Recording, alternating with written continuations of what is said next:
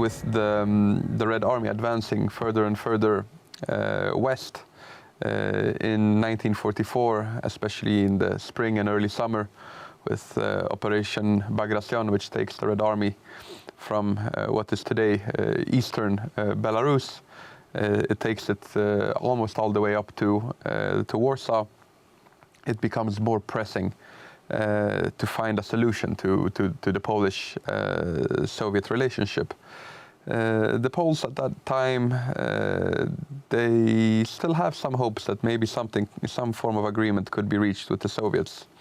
This is part of why they decide on Operation Tempest or Operation Burza, which was basically the idea that as the Soviets show up to eastern Poland, then the Poles will conduct an uprising against the Germans along the front line, so to say, just behind enemy lines, and welcome the Soviets as the allies of our allies, but also as the hosts of that territory.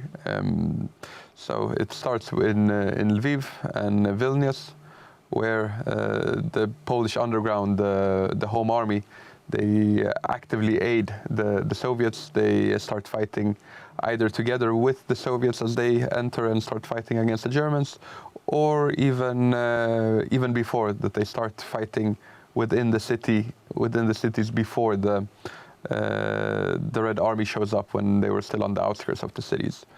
And initially, the cooperation is quite good during the battles for Lviv and Vilnius.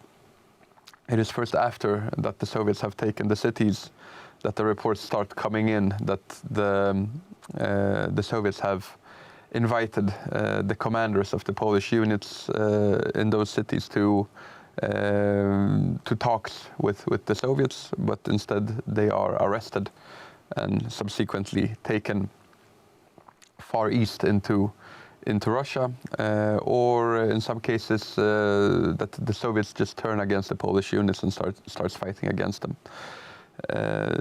This is in the weeks leading up to the Warsaw Uprising.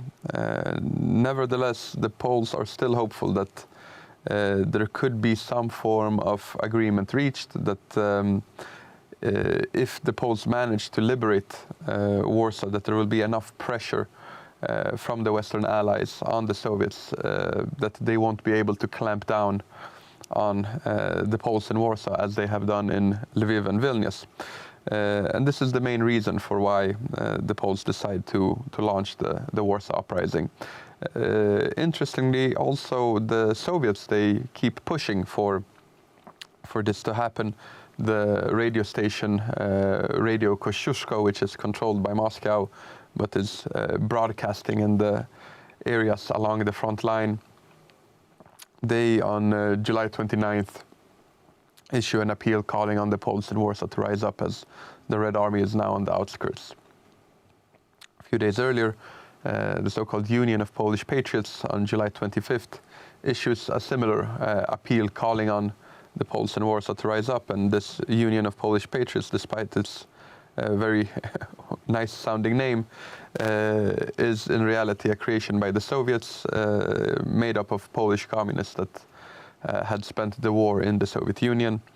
And this is one of two organizations, the other being the Polish Workers' Party, which in one way you could say is an offshoot of the Union of Polish Patriots, as it was made up of members of the Union of Polish Patriots, even though it didn't have that name yet. That name was first given to it in March 1944, 1943.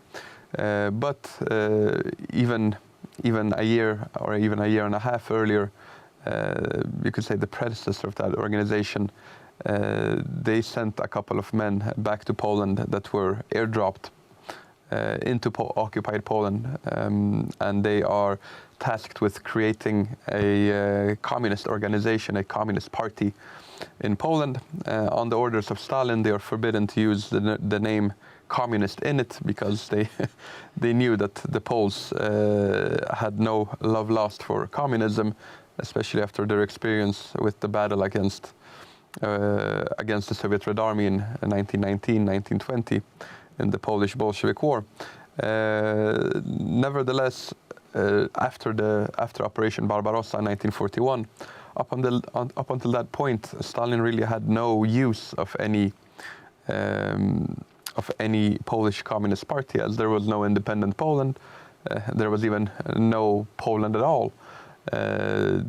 He had incorporated the eastern parts or eastern parts of what was pre-war Poland into becoming the western parts of Belarus and Ukraine, which were constituent parts of the Soviet Union.